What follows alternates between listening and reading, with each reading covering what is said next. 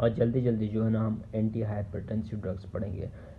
Anti hypertension के लिए हम कुछ ग्रुप्स ऑफ ड्रग्स यूज़ करते हैं, जिसमें सिम्पथोलॉजिक्स, वेज़ोडाइलेटर्स, ड्रग रस सिस्टम प्रोजेक्ट करती हैं, ड्यूरेटिक्स, हम ये पढ़ते हैं, ठीक है।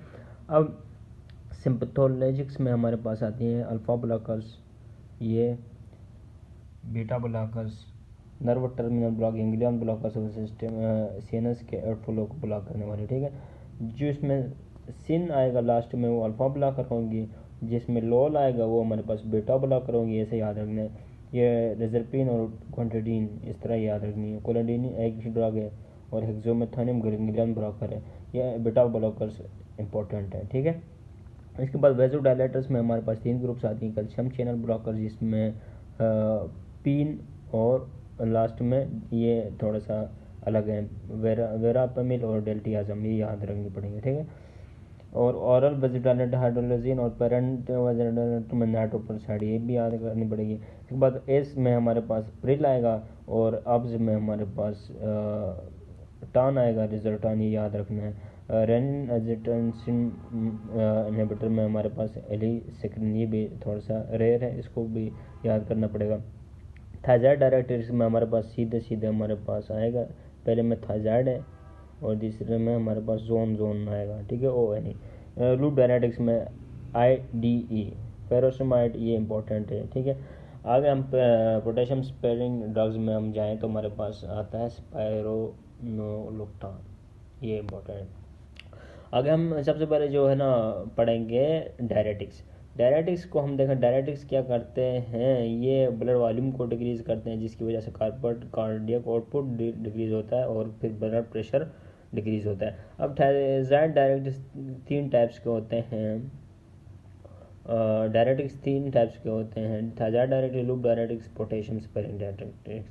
Thiazide diuretics first line therapy है, इसको ये कैसे ऐड करते हैं, सोडियम और वाटर एक्सक्रीशन ज़्यादा करेंगे तो हमारे पास कार्डियक आउटपुट डिक्रीज़ होगा और ब्लड वॉल्यूम डिक्रीज़ होगा और पेरिफेरल रेजिस्टेंस डिक्रीज़ होगी। सेम टू सेम ये ब्लॉक करते हैं रीअब्जॉर्प्शन को सोडियम और क्लोराइड की, जिसकी वजह रीअब्जॉर्प्शन नहीं हुई तो हमारे पास रीनल फ्लो भी कम होगा और रीनल ब्लड फ्लो ज़्यादा होगा, सॉरी, इसमें भी रीनल ब्लड प्रेशर कम करने में रोल प्ले करेंगे। जबकि ये पोटेशियम स्पेयरिंग ड्रग्स जो ये ड्रग्स दोनों पिछली वाली हम जब यूज़ करते हैं तो हमारे पास इसमें हाइपोकलीमिया हो जाता है, पोटेशियम कम हो जाता है, इसके साथ इसको पोटेशियम को लॉस को कम करने के लिए हम पोटेशियम स्पेयरिंग ड्रग्स देते हैं, ठीक है।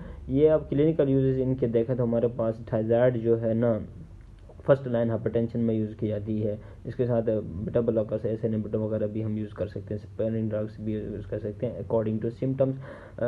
रीनल इम्पेयरमेंट में ये नॉट इफेक्टिव है, जबकि हमारे पास लूप डायरेटिक्स हार्ट फेलियर और एडिमा में यूज़ कर सकते हैं। थायजाइड डायरेटिक्स जो है ना जब काम ना कर रही हो तब हम लूप डायरेटिक्स दे रहे होते हैं और दूसरे में हम पोटेशियम की जो है ना लॉस को रुकवाने के लिए दे रहे होते हैं हाइपोक्लीमिया में। अब आगे देखें तो हम सीधे सीधे इनके साइड इफ़ेक्ट्स वगैरह देखेंगे। अगले पेज में आते हैं। साइड इफ़ेक्ट्स में मैंने कहा था हाइपोक्लीमिया, हाइपर यूरेशिमिया, हाइपरग्लाइसीमिया, हाइपोनेट्रीमिया, सोडियम की एक्सक्रीशन ज़्यादा करते थे, ठीक है। दूसरे में हमारे पास हाइपोक्लीमिया दोनों में आएगा। इस हाइपोक्लीमिया को रोकने के लिए हम क्या करते हैं, पोटेशियम स्पेयरिंग ड्रग्स देते हैं, ठीक है।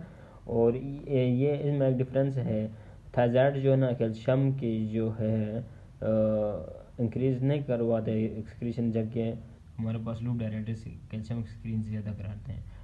इंटरेक्शन दूसरे में सबसे जो इम्पोर्टेंट एडवर्स इफेक्ट है पोटेशियम स्पेयरिंग में हमारे पास वो गायनेकोमेस्टिया है, यानी ज़्यादा देंगे तो हमारे पास गायनेकोमेस्टिया का कराता है, इसलिए लेस देन अमाउंट होना चाहिए, ग्रेटर देन 5 MEQ, ठीक है। जब इस तरह का ग्रेटर देन 5 हो तो हमने इसको नहीं देना।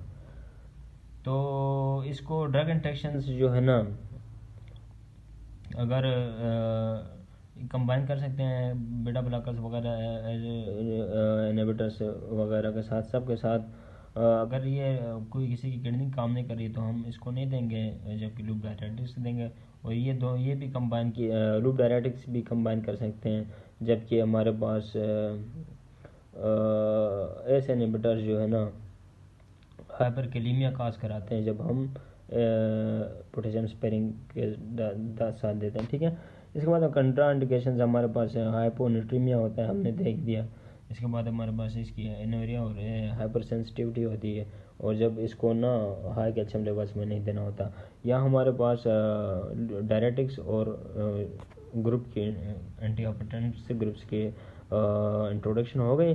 अब हम जो है बेटा ब्लॉकर्स को हम पढ़ेंगे आगे, हम फिर रास वाले भी पढ़ेंगे, अब्स पढ़ेंगे, और डायरेटिक्स तो हो गए। अब रहता है क्या, कैल्शियम चैनल ब्लॉकर्स पढ़ेंगे, ख़त्म हो जाएगा ये हमारा एंटी हाइपरटेंसिव ड्रग्स।